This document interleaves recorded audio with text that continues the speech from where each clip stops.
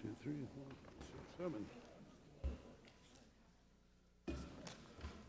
All right, good evening, everybody. Welcome to the Anacortes City Council meeting of August 11th, 2025. I'd like to call the meeting to order. Mr. Franciac, would you take the roll, please? Mr. Fantini. Here. Mr. Young. Here. Mr. Walters. Here. Ms. Cleland McGrath. Here. Ms. Moulton. Here. Mr. McDougall. Here. Ms. Hubick. Here. Thank you.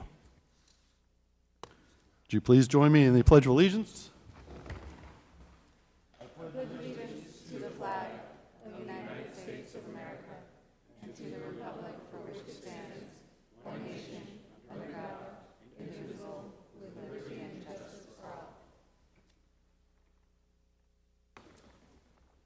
All right, announcements and committee reports. I've got a couple of announcements. I'd like to thank everybody who participated in National Night Out last week, and specifically to Brent Lindquist, who put it all together, our community services officer at Anacortes Police Department. Thanks, everybody, for being neighborly and coming out to support our first responders.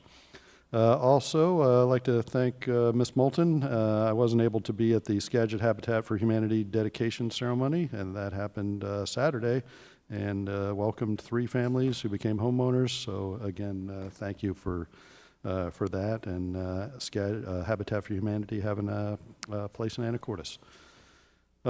Draft comprehensive plan. I'll keep saying this until August 28th. The draft plan outlines a vision for sustainable growth and development of the next 20 years. That's our comprehensive plan in areas of housing, transportation, environment, economic development, climate, and community services and facilities. The draft plan is available on our website. Comments may be submitted via email to complan@anacorteswa.gov or attend the Planning Commission public hearing, which is the 27th of August, 6 p.m., council chambers. Finally, Port City joint meeting Monday, August 18th, so next Monday.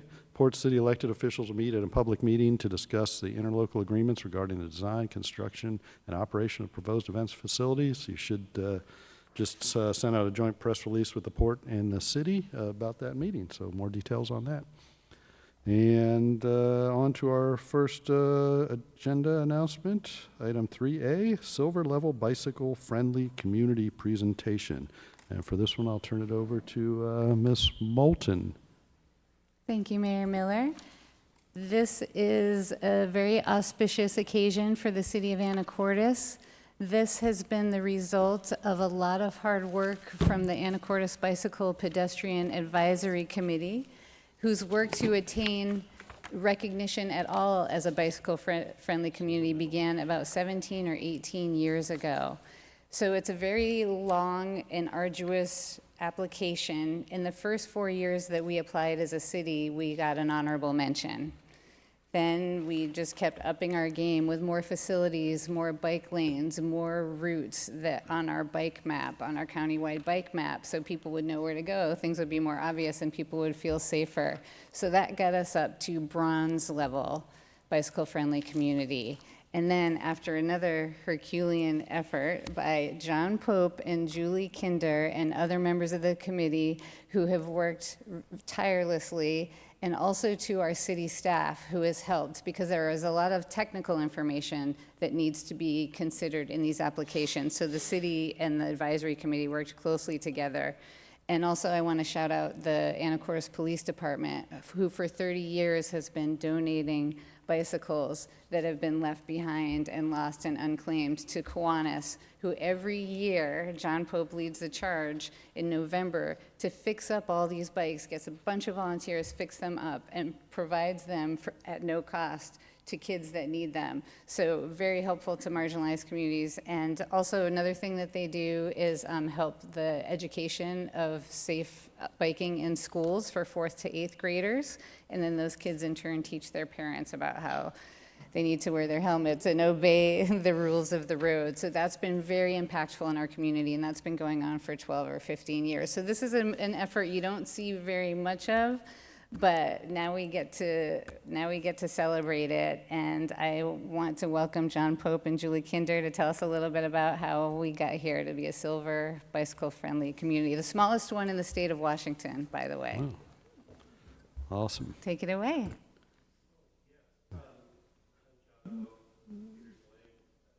Make sure the microphone is on the green light at the bottom. That, About bikes, There we I've go. got it, right? Now it's Oh, on. there we go. If it's about bikes, I'll tell you something about it. Other things too, but usually trails, bikes, that sums it up. But this isn't about us. We have a really good group of volunteers, and I will take time to say, it's not just, say, the hardest working group in town, which is sitting right back there with us. And Warren, I, Julie, Ginger, and Chris have been part of this team that stuck their hand up when the city says, we don't have staff time to pull this off. This is a huge application. This looks like somebody needs to hire a contractor. And we said, well, we've got time. If you want it, we really are into this program, and we really believe that the report card that comes out of this really helps your city learn how to be a better city and learn how to help the walkers, the bikers, those that really have a hard time getting around all the heavy traffic we get in an area like this where our main street is a huge state highway to a 2 million body a year ferry terminal. That's a lot of traffic to get across. So it can't work without cooperation between staff and a few volunteers. We were just the catalyst. Your staff did a heck of a job. Andy Ream, call him out. You know that your engineer is brand new and had to learn the same stuff I was looking at in this particular application that may take a new college degree in urban planning. But beyond that,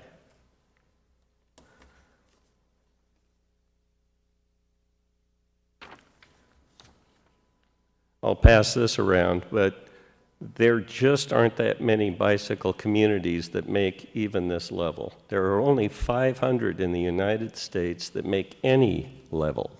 500 bicycle-friendly certified by the league.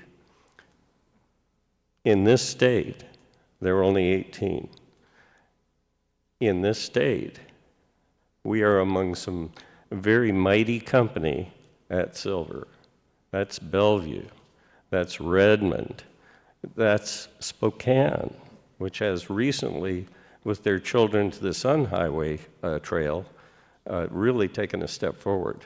And those are huge staffs and huge cities. So for us to be swinging in that area is really cool. Julie? John said I needed to introduce myself with my address, so I want to assure you that I bicycled here from Bryce Drive over in Skyline. Nice. And I was able to do that by using a neighborhood greenway, which is on the city map that we updated. It's available at the visitor center. It's a great way to get around the town, and not only the greenway, but also then US Bike Route 10, which is a US bike route. You may have seen the signs along the roads. It goes right through our town to the ferry terminal. So a lot of us bicycle in town. We appreciate the infrastructure. We appreciate the safety focus, the support of the police department, and it's all very meaningful. This grade that we got is a result of everyone's effort. So we wanted to come today. It was announced in January. We came today because we finally got the dang sign. So we're having a plaque made for the police department specifically to recognize the collaboration with the police department. And you'll be seeing a few of these go up around town at specifically entrances, for bicyclists that come to town, like on the Tommy Thompson, which is a great way to get into town on a bike. So we're here to thank you, everyone, and recognize the ABPAC committee who has done so much work towards this with the city staff, and also to invite everyone to Open Streets this Sunday, which is a fabulous celebration of our active community. So 11 to 3 on Sunday, be there and without your car, and enjoy walking and biking Sorry to interrupt, but it's the 24th, right? this Sunday. I'm sorry. Yes, thank you very much, Caroline. A week from Sunday. Sunday A the week from Sunday, 24th, 11 to 3. downtown. Yeah, I thank was you going very to say, much. I would have messed up my announcements if I I didn't get that I one in beg there. your It's pardon, like, yeah. wait a second. That's correct. Okay, And, So- go ahead. great. Yeah, thank you very much. So we're And the thinking, only person we haven't thanked is the group sitting in front of us. Because without this council, without this mayor and the next mayor and the will of the people, you can't do this. This is us. This is our village. Well, with that, maybe you want to get a picture with the council and the plaque, I think would be a good thing. All right.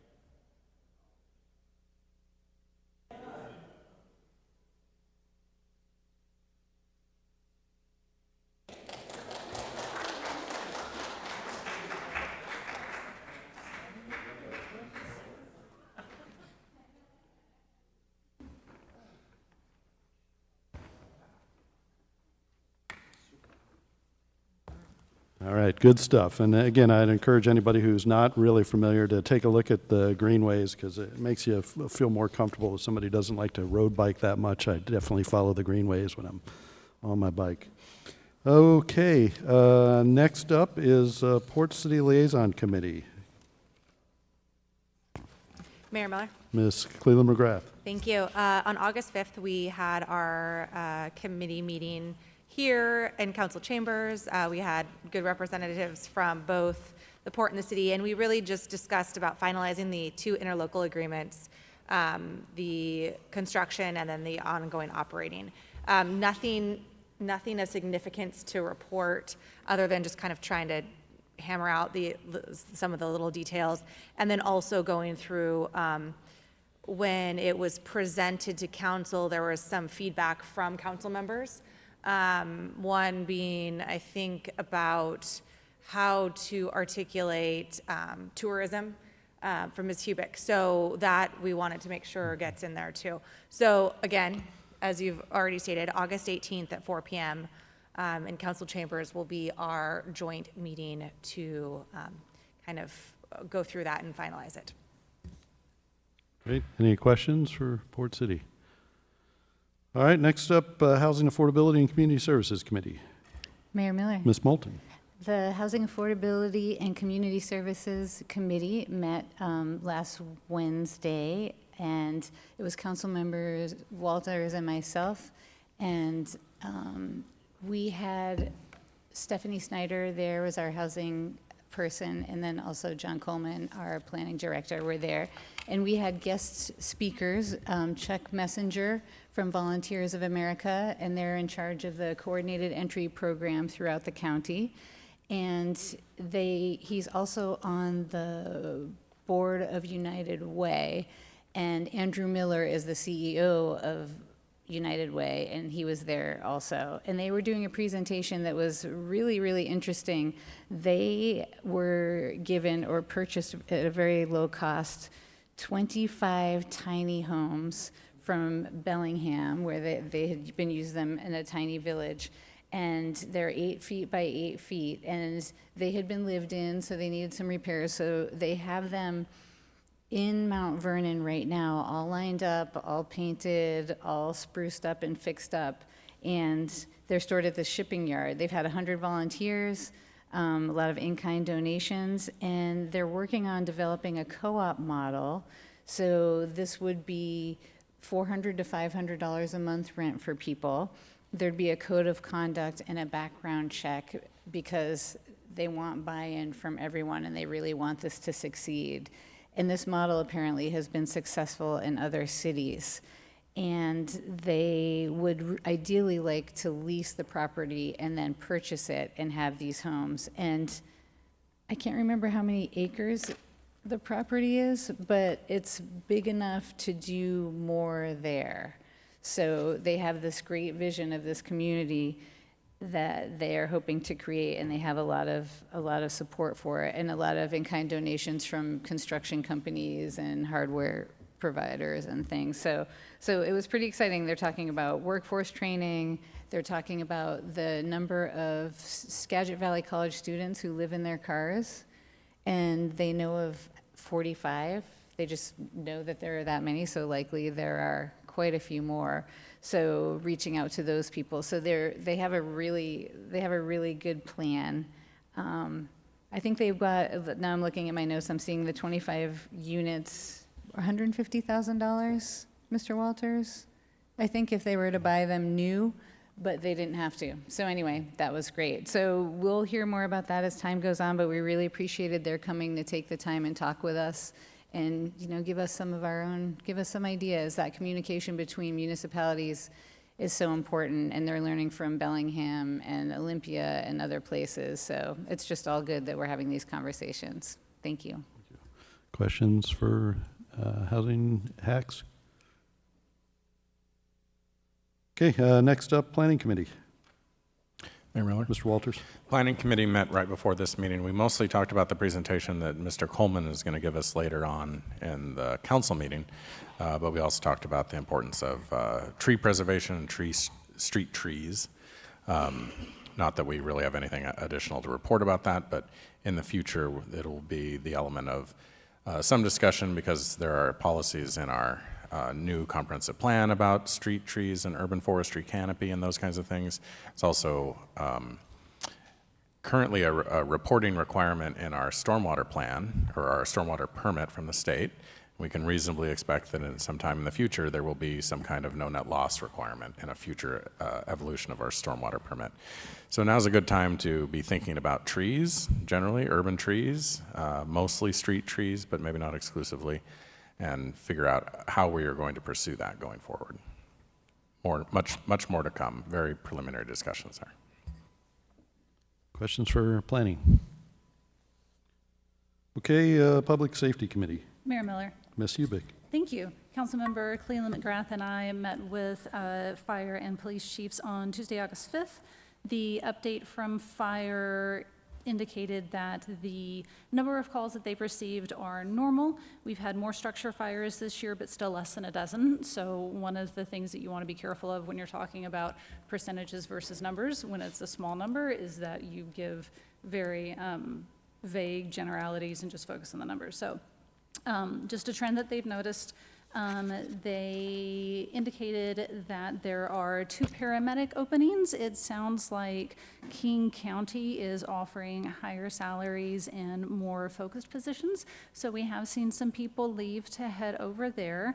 So between vacancies, different sorts of parental leave, overtime is high, and the overtime budget is basically being washed out. So fire's in a good place. They are still working on getting people hired. Fire also indicated that there is an emergency management community forum. As of Tuesday, it was scheduled for September 9th at 6 p.m. And if there are any changes, we will report back and let you know. For the police update, things are going well. They anticipate being staffed fully by the end of the year, thanks to the levy lid lift. 2 officers graduated last week. 2 more are starting the academy with a December graduation, and 2 more are in the background check process. We had a brief discussion over the need for vehicles that will be coming up with the new hires, and we'll be talking more about that closer to budget season.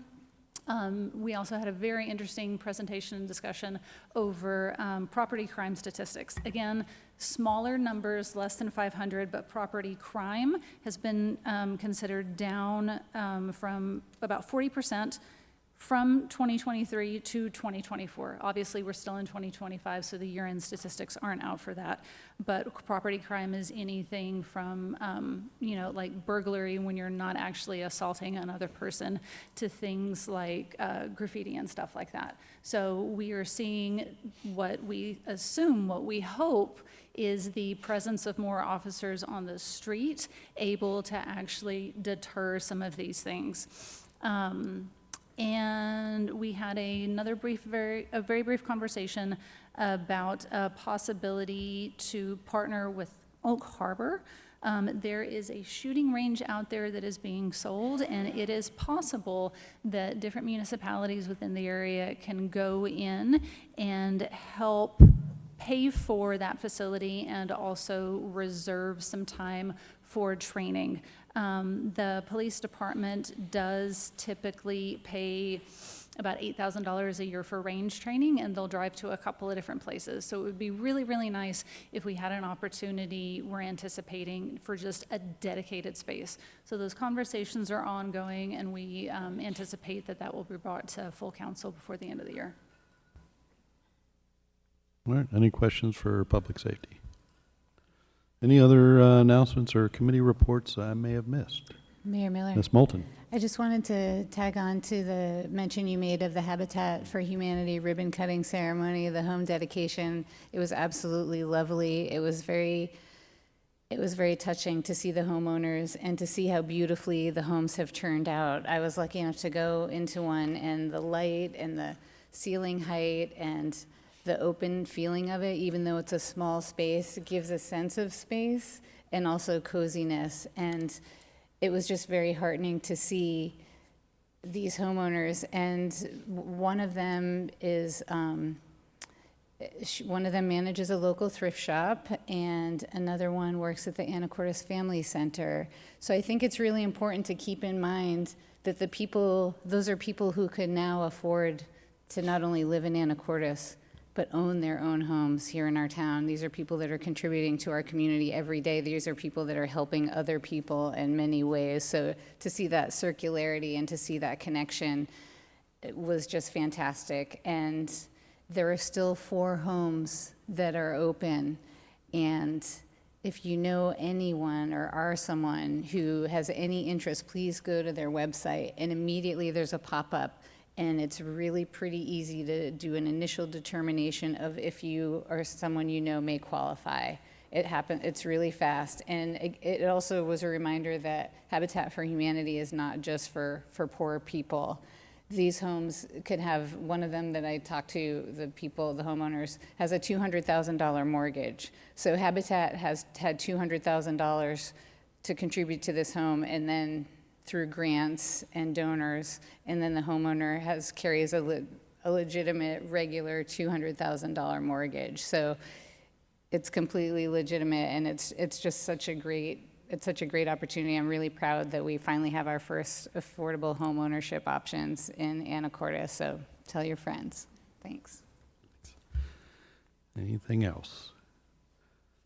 All right, we will move to item 4, which is public comment. Any member of the public wish to address the council on anything that's not on our agenda? And I have, go to who signs up first always, and I've got Wim Hoopermans.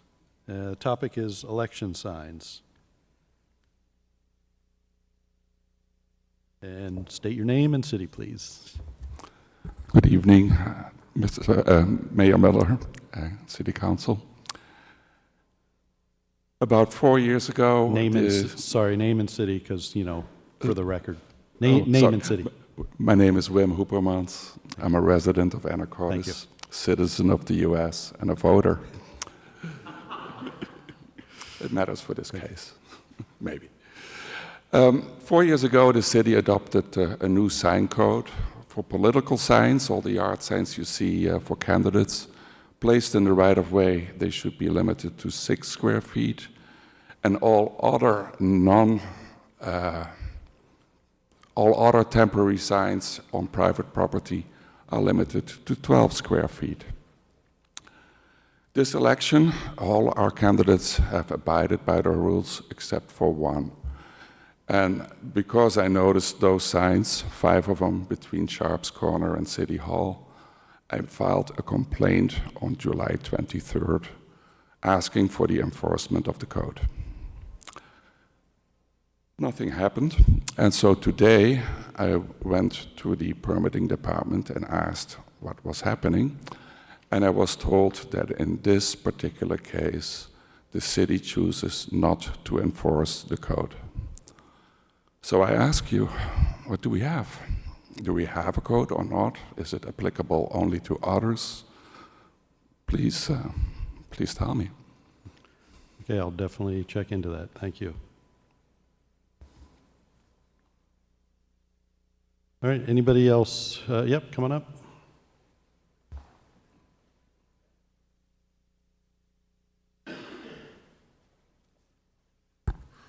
Steve Anderson, Anacortes. Yeah, bicyclist. Okay. Started bicycle commuting in 1978 to work, so you do the math. I'm very experienced on this.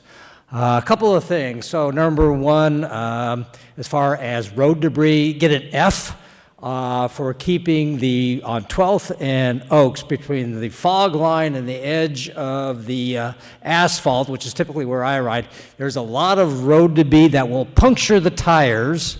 If it doesn't puncture the tires, it sometimes spits out on the side of my tires and hits a passing car, in which case they stopped and said, "Why'd you throw a rock at me?"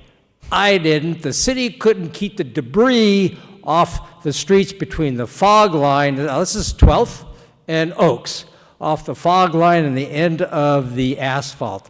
Second thing, it was a couple of weeks ago on 12th coming out of town. All of a sudden, a bicyclist veered right in front of me.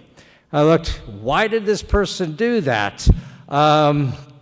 Tree branches kind of low. So, city needs to ensure that within the area the bicyclists ride, no brush or no tree branches growing down. At least 8 to 10 feet up anyway, whatever it is, out, at least to the asphalt, for the safety of the cyclists that don't have to go right into the traffic lane. Thank you. Thank you. And this is a good pitch for C-Click Fix. So when you see something like that, we have an app that you can take a picture of, and it gets to the right department. So, okay. Thank you. Awesome. Making sure that those trails are open. Thank you. All right, anybody else wish to address the council? Checking online. Okay, we'll move on to item 5, which is our consent agenda, items A through C. Council. Mayor Miller. Mr. Young. I move to approve the consent agenda items 5A, B, and C. Second. Motion by Mr. Young, a second by Mr. Fantini. All in favor signify by saying aye. Aye. Any opposed? Motion carries. On to item number 6, which is other business, and 6A is Sharps Corner City-Owned Land Analysis Report, and this is a presentation by our own Mr. Coleman. Mr. Coleman, when you're ready.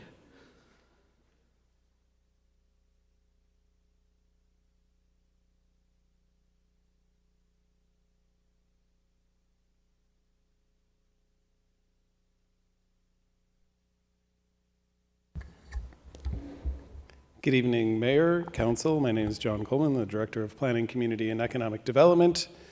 And tonight I'm going to be talking about a study that we had done for the Sharps Corner area, which is 37 acres of land that the city owns.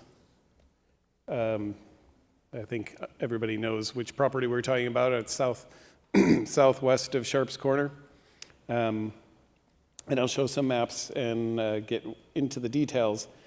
So the reason we did this study to begin with is our countywide planning policies state between now and 2045 we're anticipated needing to accommodate a lot of new housing, over 2,900 units.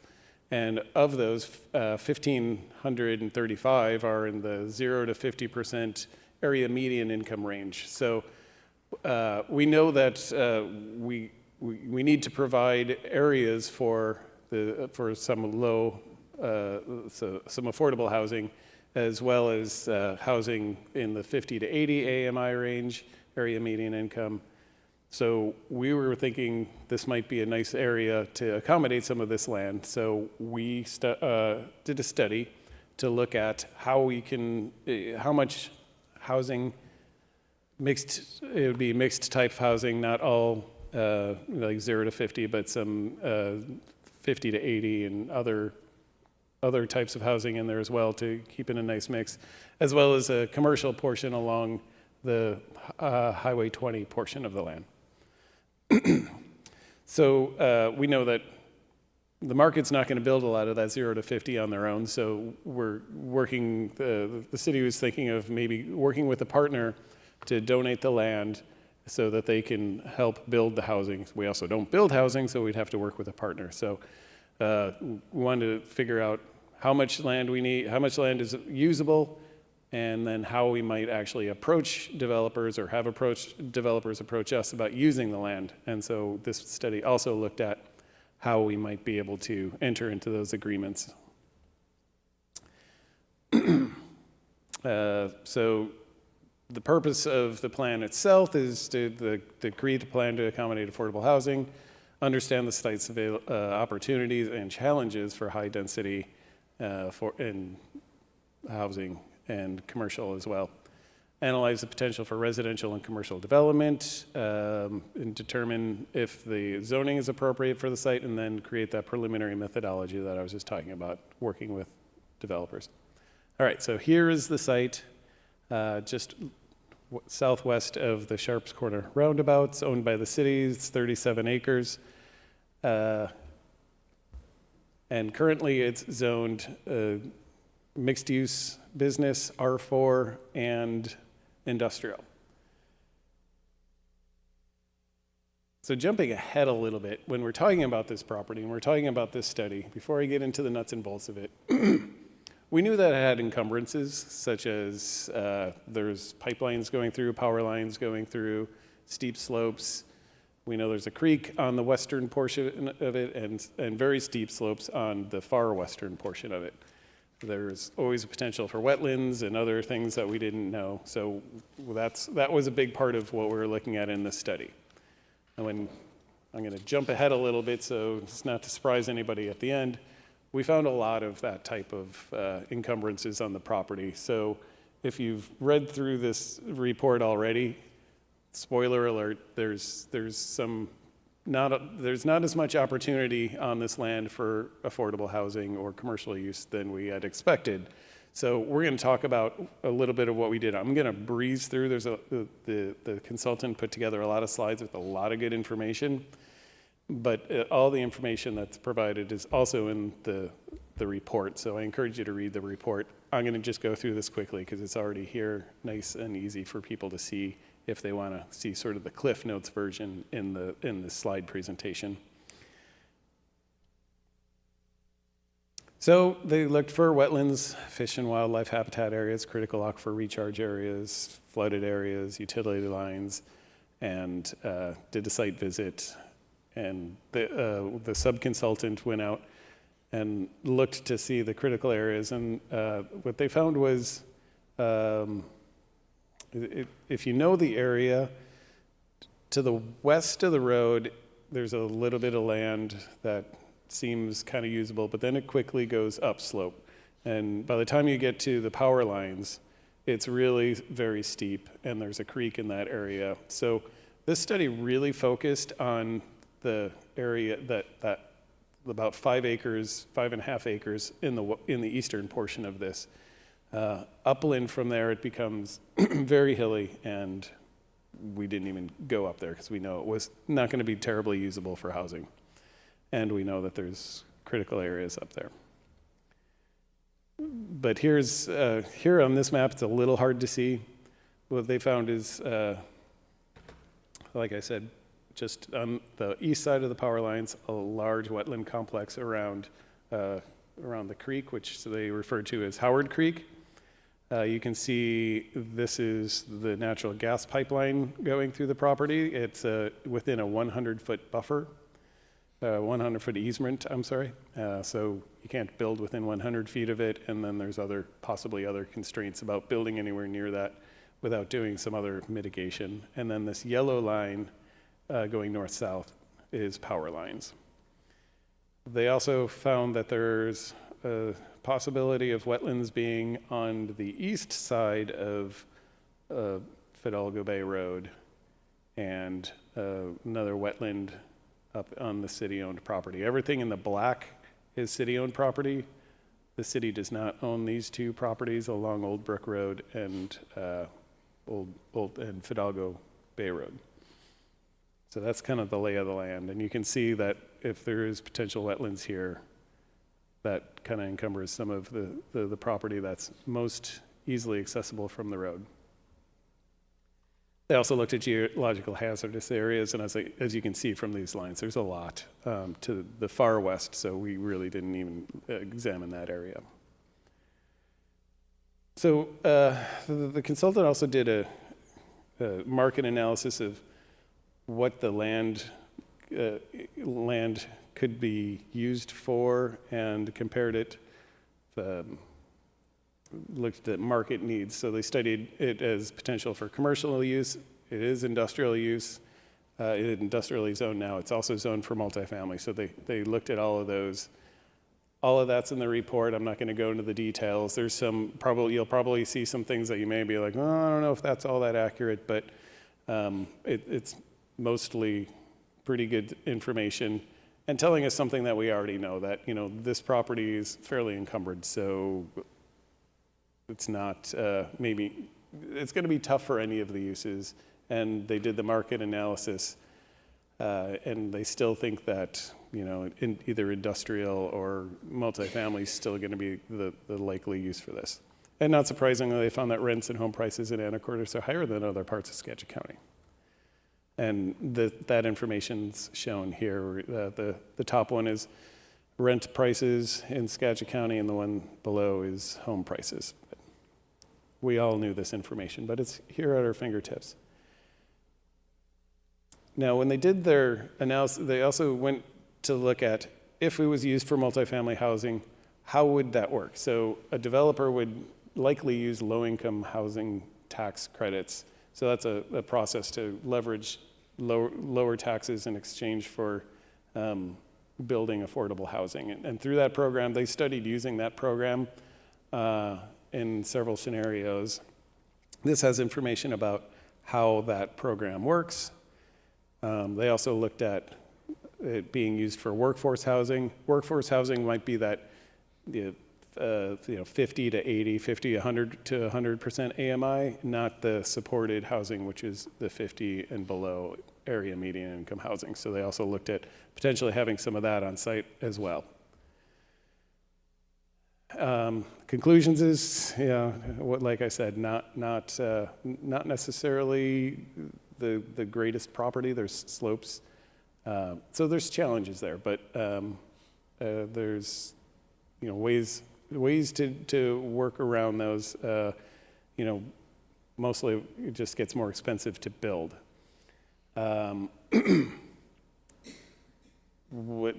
So here's their basic findings: is the buildable area is largely constrained.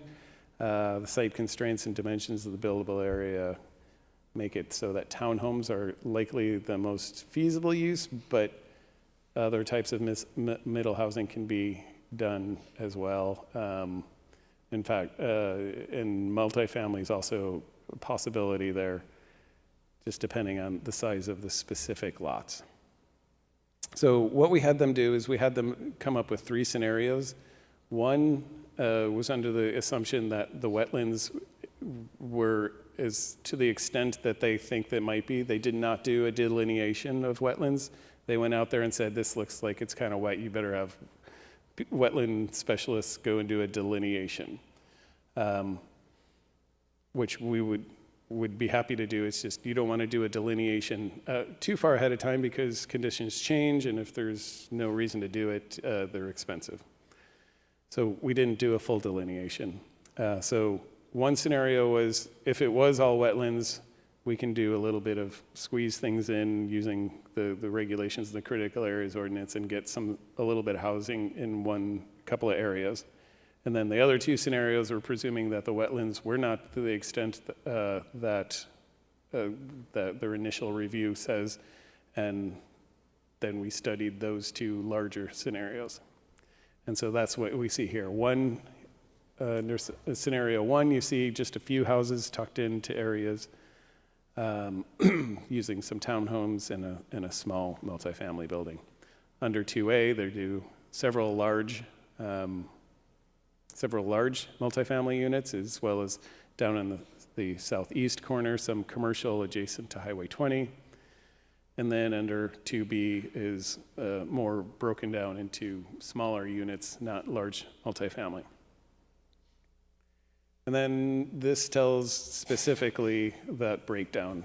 You can see that scenario 2A was the one with the most units, 205 apartments and 5 townhomes, whereas scenario 2B is 44 apartments and 67 townhomes.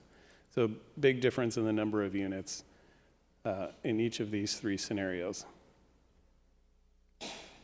This is a lot of the market information detail that I don't want to get into, but one of what we did make an assumption is that the city would be donating the land or leasing it at such a low rate, it's basically zero.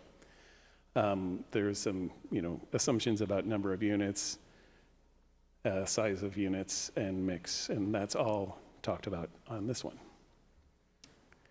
And then what they came up with was, in these 3 scenarios, what would it cost per unit to build each of those units? So in scenario 2A, you can see that number is lower than the other scenarios, but that's also, economy of scale. There's a lot more units in that one. In scenario B, 2B, it's very expensive per unit, so that one probably isn't going to be one that a developer would choose to go down that path. Similarly, scenario 1, because of the small number of units, the cost is high, and so per unit. This shows what the actual cost of the entire project would be, and you can see scenario 1 doesn't have a lot of units, but it's cheaper. Scenario 2 has a lot of units and is expensive, but scenario 2B is very expensive and doesn't have as many units. So that's like the worst of all worlds.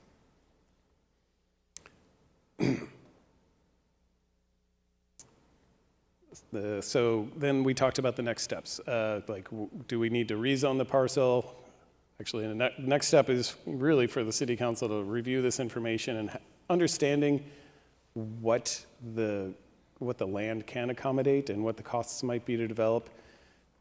What does the city want to do in the future? And we'll set up a time for discussion of that when the city council is ready to enter into a discussion like that. It is disappointing that housing was going to be a little bit more expensive to build out there than we had hoped. So it's a bit of a wet blanket on how much affordable housing we can get out there. But there might be developers that still can sharpen their pencils really to a fine point and find a way to make it happen. But what we did here is we did some of the heavy lifting, looking at the property, really understanding what's out there, doing a basic market analysis, giving some options of what could possibly be done. And we also, importantly, as part of this, we developed a basic methodology of how we would interact and entertain proposals. That was always a question mark. If somebody came and wanted to do something with that property, at least now we have a way to bring them through the system to get their information and move it forward. And that's what we talk about here. It might be a bit of a moot point if we're not interested in offering the property for housing any longer, but I'm happy to answer questions about what that profile, what that possible process could be. Some of the findings, their recommendations are consider rezoning some more of that industrial zone LM1 to be more residential, accommodate more residential, but considering the land's use, that may not be a good point. They actually even recommend that maybe can zone much of it as public use because of its lack of usability. And that is my really uplifting report about our Sharps Corner property that we did receive for free. So, yeah. Well, yeah, thank you for that, and again, I hope you all had a chance to read it, but I'll turn it over to council for questions or discussion, comments. Mayor Miller? Ms. Moulton? Thank you. We talked about this a bit in Planning Committee and how one of our ideas had been to have mixed income housing there. And that would change the funding, obviously, and it would probably compromise the low-income housing tax credit possibility, which is actually very competitive to begin with. So, not that it looks super promising, but if we did have market rate apartments with affordable, lower cost, that there would be a higher likelihood of a smaller feasibility gap. Is that true? Could you restate that? Okay, sorry. So if we did mixed income, then people would be paying higher rents as well as having affordable housing. It would be mixed, affordable housing and market rate. So would that make the feasibility more likely? Well, this did accommodate for mixed type housing. This did not assume all 0 to 50 AMI supported housing. So anything that's a townhome would not likely be like a supported housing. It would have been more towards the market rate. So this already assumed mixed and not all supported housing. Well, if it only assumes that the townhomes are the mix, I don't know how that would pan out in reality with like 5 townhomes of, people of that mix with 205 low-income apartments, right? Like, I think the idea, like, one of the things that we're trying to pursue is mixed income, like, throughout. And again, I just wanted to ask the question. I think what happens is, as you do, and you did state this, as you introduce more market rate or even workforce housing, which is, like I said, kind of in that 80 to 100 AMI, the higher the cost per unit goes. Because when you're building townhomes or larger units, the cost per unit gets more expensive. Okay, sorry, I guess I'm not being clear. I'm not asking this correctly, but can't you have 1-bedroom apartments that are market rate next to a 1-bedroom apartment that is for someone that makes less than 50% AMI? Sure. So then wouldn't it pencil out better? It might. I don't know if. Okay, I don't know if I asked the question properly, but. So, yeah, it's like so we're based on 60%, this was assuming 60% AMI, that's that mix of supported housing and above 50 AMI to balance out to about 60 AMI. I'd have to really dive into the details to see how much of each of those units was assumed to be 0 to 50 AMI and how much was above 0 to 50 AMI. Right, so what I'm asking is that what if we charged 100% what if we charged market rate and we didn't have them related to AMI? Like, does that make sense? So we charge market rate for some of them, and for some of them they're subsidized and some are not. So people would pay market rate. So they'd pay maybe like $1,800 or $1,500, while other people would pay $600 or $800, and then that combination would help make it more feasible. I think we could, see if our consultant would run different scenarios and see how that pans out, given different scenarios. Yeah. Okay, thanks. I think Mr. Walters. I think that there are multiple levers here that you're pulling in the model at once, and the report indicates that townhouses, especially here, are much more expensive to build than the apartment units, and maybe the townhouses would be the ones that would be more attractive at market rate, but people do buy apartments as well, or rent apartments at market rate, so that is a possibility, but maybe that wasn't accounted for in this in either of these three scenarios? Not really. I mean, this was assuming that the city was going to be donating the land. So if we're selling it to if we're giving it to somebody who's going to be renting it at more at market rate, then I don't know. That's a council decision about whether or not you want to then charge for the use of the land as well, and then that's gonna change all of the metrics of this report.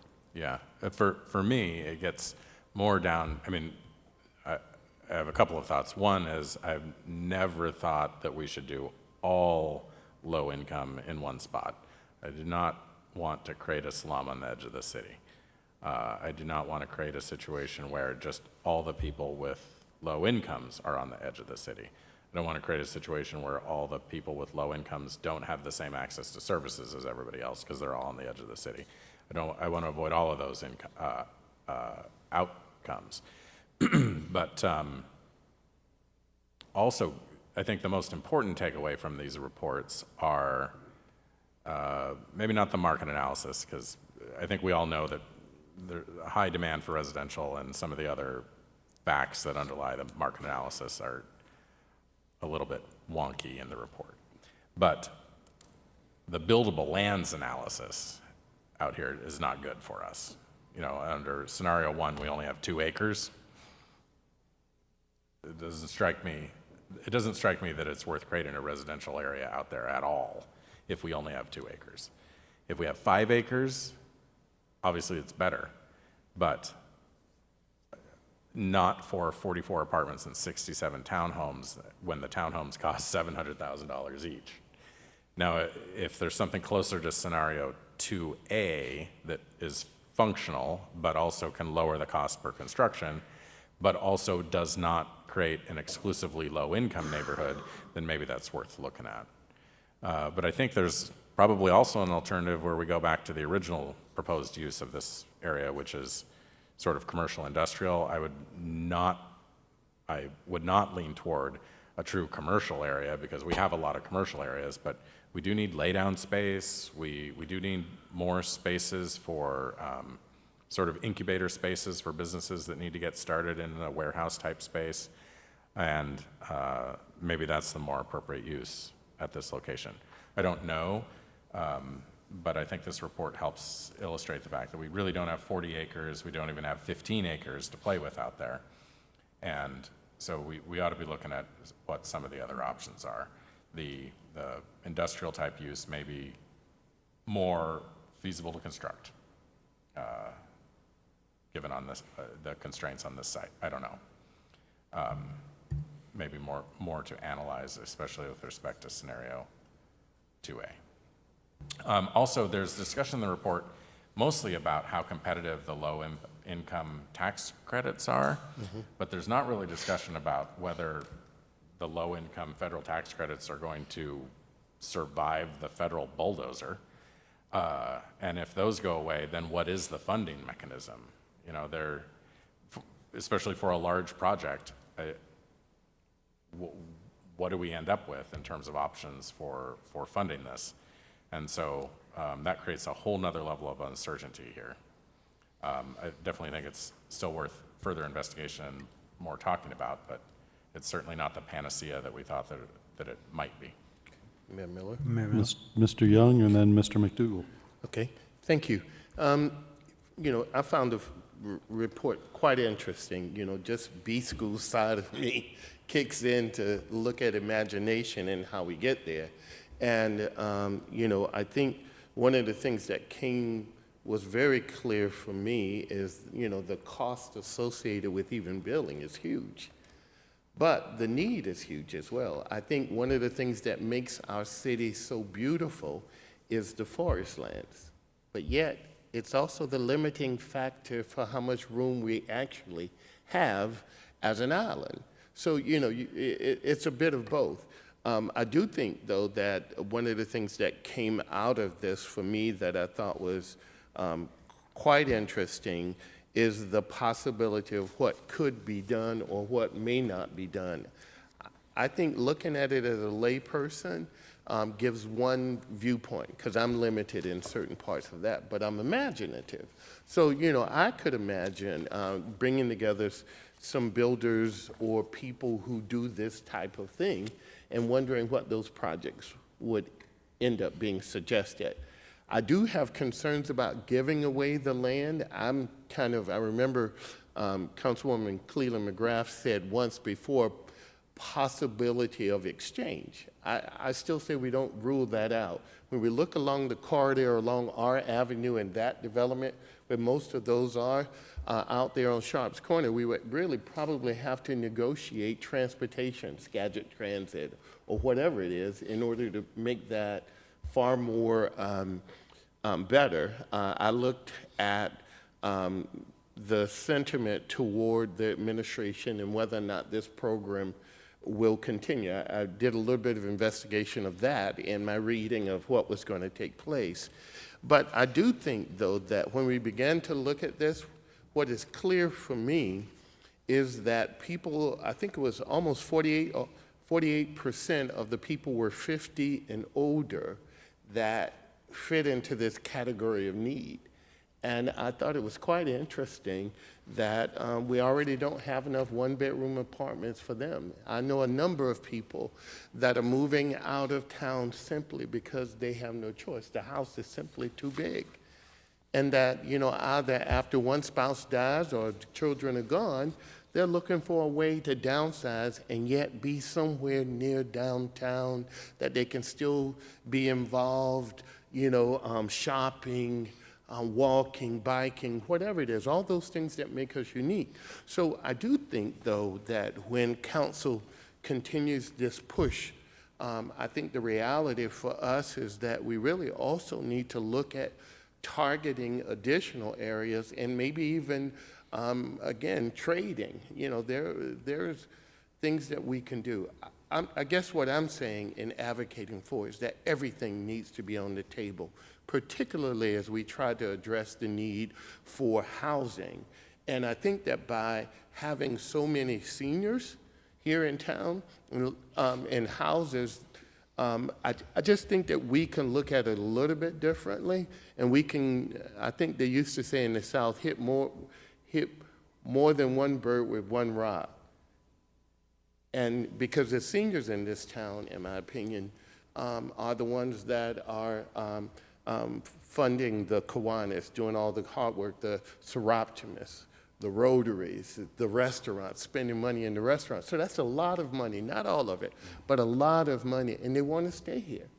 So I just think that as we began to look at Sharps Corner, I think all of the options should be on the table. I really do think that we should also begin to focus on whether or not we can exchange. Because I think if we can build something downtown, even that whole out there near Calico Cupboards, or even, the old Eagles building at one point, or even, we talk about Rite Aid, or even, I'm just saying there are possibilities for us, and maybe there's a way we can exchange some of this for someone that would want it, for something that we can build upon and begin to address those housing issues with this mix of what we want. So again, one of the big pushes that I'm looking for that I thought was quite interesting is in senior housing and affordable housing. And quite honestly, personally, being out there on Sharps Corner as a senior, I'm not sure that would work out. So I'm just saying, I hear everything is on the table, and I appreciate what we've come to. But I think we should have a long, deep conversation as a council and look at all the options that are on the table. Thank you. Mr. McDougall. Thank you. Thank you, Mr. Coleman. In the report, the feasibility document talks about a feasibility gap and say like a number of $50,000 feasibility gap per unit. Can you provide just kind of a rough definition of what is meant specifically by that feasibility gap? Sure. So what I'm showing here is what it would cost per unit for to build each of them, to build a unit in each of these scenarios. The feasibility gap is the difference between being able to pencil out, and actual cost. And yeah, I don't have a slide for that, but that is the one, scenario 2B, I think the gap is around 49,000 Something like per that, unit, yeah. whereas, for scenario 2B, it was vastly higher. And so that was just another way of breaking down how much how much more per unit is it costing than what would pencil out. So something like a scenario 2A, if you were able to get smaller units, but focus primarily on apartments, that feasibility gap number goes down. In theory, yes. Starts to approach, feasible. Yes. Smaller units cost Okay. less, bigger buildings cost less per unit. Totally. But one of the key constraints to smaller, more units is parking, or the necessity to provide parking. And I was curious, all of the kind of, at least the map shows proposed, I guess, building would happen on the east side of the street. Is it at all feasible for parking, like overflow parking, to happen on the west side of that street? Yeah, that was one of the things that they were talking about, is like moving parking, because they looked at it with a close enough scope that they knew that hard surfaces, driving surfaces can't be near the wetlands, so that they were talking about moving parking into less sensitive areas. But still, you can see here the number of units that are being provided is, in scenario 2A, they're presuming basically one parking space per 2 units. So they're already providing a very low number of parking. Okay.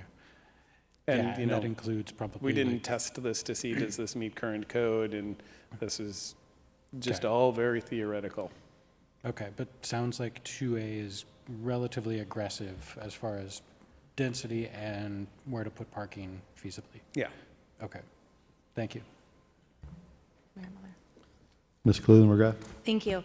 I tend to kind of agree with the comments that have already been made. I think that when council asked for this analysis to happen, I think we were maybe hoping that this would be an opportunity for a lot of permanently affordable housing that we could make work with kind of childcare or some kind of food access, some kind of creative space that wasn't kind of downtown Anacortes, but we could make feasible for either permanently affordable housing or affordable housing that needed support, which we've been tasked with by the state and the county to figure out how to make that happen. To me, the report shows that that is not really an option for here. But I guess I was hoping the report would have a little bit more of a creative analysis of the surrounding areas. So I do think that it's an interesting parcel in the sense that there is access. We could have access to the community forest lands, which makes it a little bit more desirable. And I think Mr. Young brought up a good point about seniors and assisted living. And I think that is something that I wish we would have had more of an analysis in, is like what kind of businesses, if we can't do 200 apartments or 400 apartments, are there other types of uses? Yes, we've got Chandler Square, and when you're at Chandler Square, you're still pretty mobile. But there is that need for our population that is aging and spouses who one might be able to still be independent, but the other one isn't. And I kind of think of, we have a close family member who's at the Kolsch Senior Housing for the Jefferson Memory House. I wonder if there's an opportunity there to look at housing, permanent housing, memory care housing, where that's a real need that folks who live in Anacortes or live in Skagit County are having to travel to Seattle or Bellingham or further away.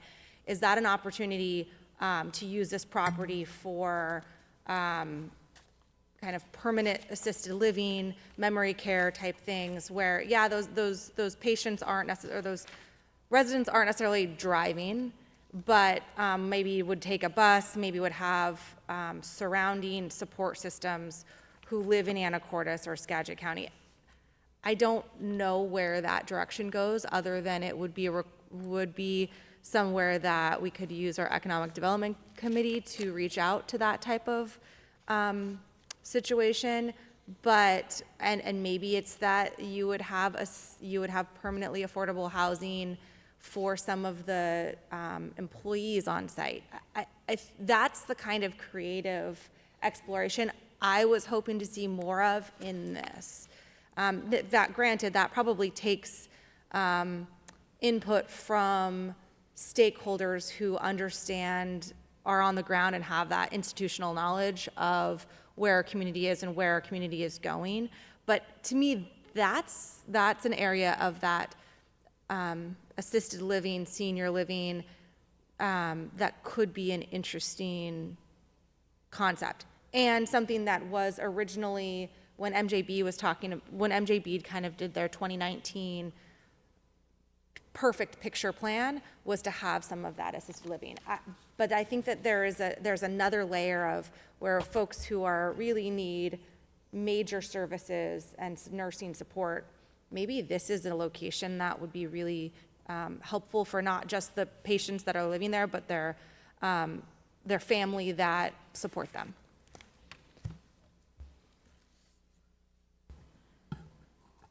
All right, any other? Mayor Miller? Mr. Fantini. Thank you. I want to echo that as well. I think that is the kind of creative thinking that we're going to need, because when I look at this report, there is significant problems when it comes to the wetlands. So there's going to be, I guess one of my questions is, like, when we're looking at wetland mitigation, I think you said delineation. So delineation is just the process of determining if there's a wetland there. We haven't done that. So that seems to me like, are we pretty confident that we're going to not be able to go through with scenario 2A? Or because I feel like the first thing we need to do is kind of get the definitive answer of, is that a wetland there? What kind of specific issue are we dealing with? Yeah, that just costs money to have that done. We would need to budget to have a full delineation done, and that's not a bad suggestion to really know how usable the land is. But it's about that affects like 3 acres. Yeah, it's my best guess of that area. I had another question that I was just wondering too, as I'm trying to put like all our plans and everything together. When we did the I think it's called a land analysis, or like it was what Makers did for our comp plan to determine whether or not we had enough land to accommodate the housing growth. Was this included in that figure? Like as housing, I don't know off the top of my head. I would just be curious to know that. It's also zoned. It's also zoned for light manufacturing. So I'm not sure which one we applied. Whether we applied that or the multifamily housing. Okay. The other thing that I noticed in there is there was a lot of mention of some pretty significant changes that would need to happen kind of to the transportation infrastructure if we are to move forward with expanding and putting a lot of housing out there. Is that something that because that's a major highway out there, would that be at our cost, the city's cost, or would that be something that we would engage like the state and county with through grants, or do you know if we have to change like the roundabout, for example, or? Well, I think what would happen is all traffic would be routed to Old Brook Road and would be required to go south on, so it would be required to come south here and then go all the way to the Gibraltar roundabout to come back to town, or would be routed north up South Fidalgo Bay Road, get on eastbound Highway 20, and if you wanted to go to town, use the roundabout to head west. And that's infrastructure that I'm guessing we would be paying for, or like that we would be asking the developer if we... Well, that infrastructure exists. But like any of the upgrades and the changes, if we have to change things? If there's enough transportation impact that required off-site mitigation as such, then it would be up to the developer to pay that. Developer, okay. No, they could, no, through the city, we could potentially search for grant opportunities to do those improvements, but, those are I guess tough when to come by. when I saw the numbers of the housing that we need to supply over the next however many years, and you drive around and I see places in Bellingham where they have like a couple of large apartment complexes built that aren't necessarily like slummy, but there's definitely a good opportunity for people to be able to afford to live there. That was kind of my hope, is we were going to see a little bit of that out here, but it sounds like with the wetlands there's going to be some pretty limited opportunity. Is that kind of what you're seeing? Yeah. Okay. Thank you. Mayor Miller? Before I go to you, Mr. Young, Ms. Hubick, did you have anything? Thank you, Mayor Miller. The only thing I would caution against is as we go into the decision-making on what we want to see here, for a very long time, affordable housing was built on the other side of the tracks. And let's not make this a situation where affordable housing is built on the other side of the roundabout, and that we're not putting seniors in a place where they may feel abandoned. Like, whatever happens here, we need to make sure that we're partnering. If there's housing out here, partnering with Skagit Transit needs to happen ASAP, and that needs to be built into some sort of like MOU. Like I just looked online, it takes 30 minutes for a bus to get from Sharps Corner to downtown services. And so anybody that's using a bus to get to work is gonna have to start 30 minutes earlier and hope that the bus isn't late. Like, this is just gonna be one of those very delicate conversations that is gonna take 15, 20, 30 years to like really, really turn into something amazing. The report's a bummer. I mean, it really is plain and simple, but I hope that we can find something amazing to do with it. Mr. Young? Thank you, Mayor Miller. What I really love about the work that the council's doing as well as the team and what we're attempting to do is that we're trying to find solutions for a need. That's really where we are. And part of that is that we're looking at what land and properties we have in order to make this investment. And we're limited as a city because we really don't have that many pieces of property. And so therefore, again, I think it comes back to us when we look at that there are 387 subsidized affordable housing units on an island with limited land. Now, I don't honestly believe that the comparable for us is Bellingham and these other non-landlocked places. I do think that they can model some of the creativeness of what they're doing in order to address the issue. That's what I'm looking at, is that creative side of it. But I do believe that part of it may be in us looking at developers or people that may own land and us deciding where we really want to have development, and then how does that development, sort of to what Ms. Hubick said, sort of that it flows into everything that we are as a city. And part of that is the transportation. It is a big deal. And so as we begin to address that, I think it was the Transportation Comprehensive Plan that was being worked through Skagit Transit and ideas and all of that. But I honestly believe that we should look at this from the standpoint of can we trade it? What can we do? I love the idea of what Ms. Cleveland McGrath brought up was services could be out there. Think about it. We have a memory care facility here. In my opinion, it was stellar. I had a friend that was in there for a short period of time before he passed away in November. And he was a relatively young person, but it was stellar care. And so, there are alternatives, that creative side of how we can use that and maybe even trade it. But I guess I really want to do a little bit of a push more for however we can do it, but to try to have as much as we can, whether it's in growth upward along the R corridor, to make sure transportation and that continuity is in place. And the push is also to make sure we have smaller units, 1 bedroom or even 2, for seniors and independent people that are here that are desperate. They're just as desperate as people that are trying to figure out how we get here. And even if on some of those big houses that we can take a look at the zoning and decide that the 5,000 square foot house can become 4 townhomes, or 4 whatever it is. I'm just saying, put everything on the table and let's figure this out. Thanks. All right. Mayor Miller? Mr. Fantini. Just one quick kind of process question. So we've gotten the report back now. We've seen everything. We've all had our comments.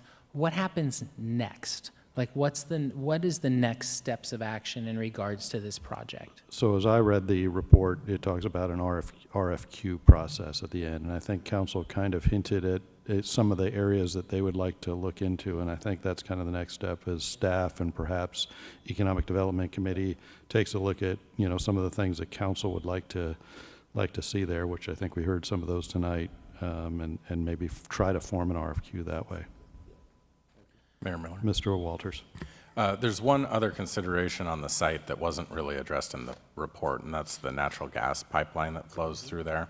It's on the last page of the development feasibility, where it mentions there's a 50-foot easement, but based on the diameter and pressure and the material that flows through the pipeline, based on the Code of Federal Regulations formula, there is like a 100-foot diameter or radius, 100-foot radius of potential impact in the event of a failure of that pipeline. And that isn't a setback. Like, that can be mitigated by having reinforced walls facing the pipeline and those kinds of things. But it makes me even less comfortable putting low-income residential within that impact radius. And that might affect, especially in the middle diagram, Building 5, Building 4, maybe even Building 1.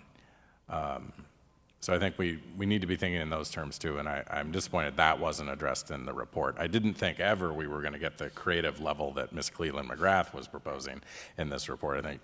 But the pipeline, I thought, would be addressed. And I think the logical next step is to figure out with certainty where the wetlands are.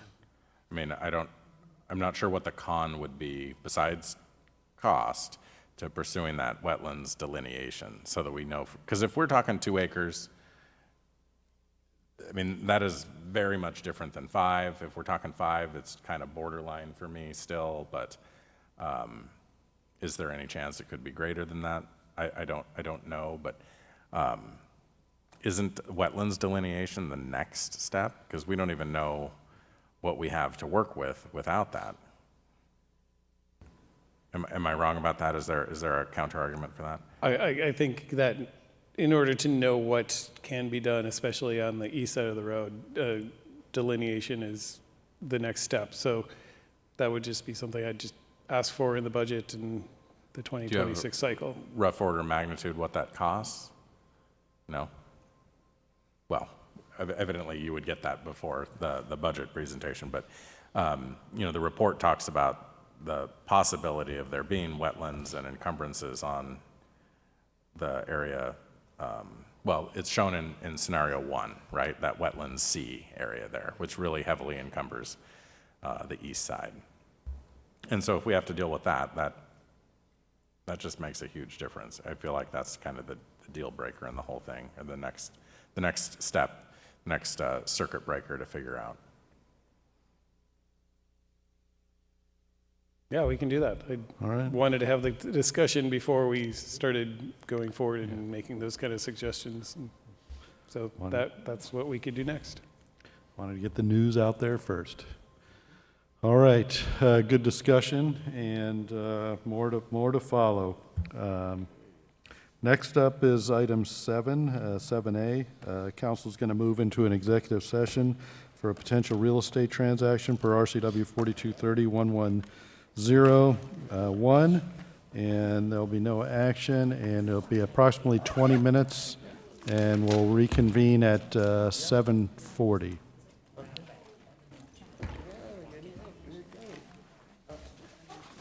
Come on.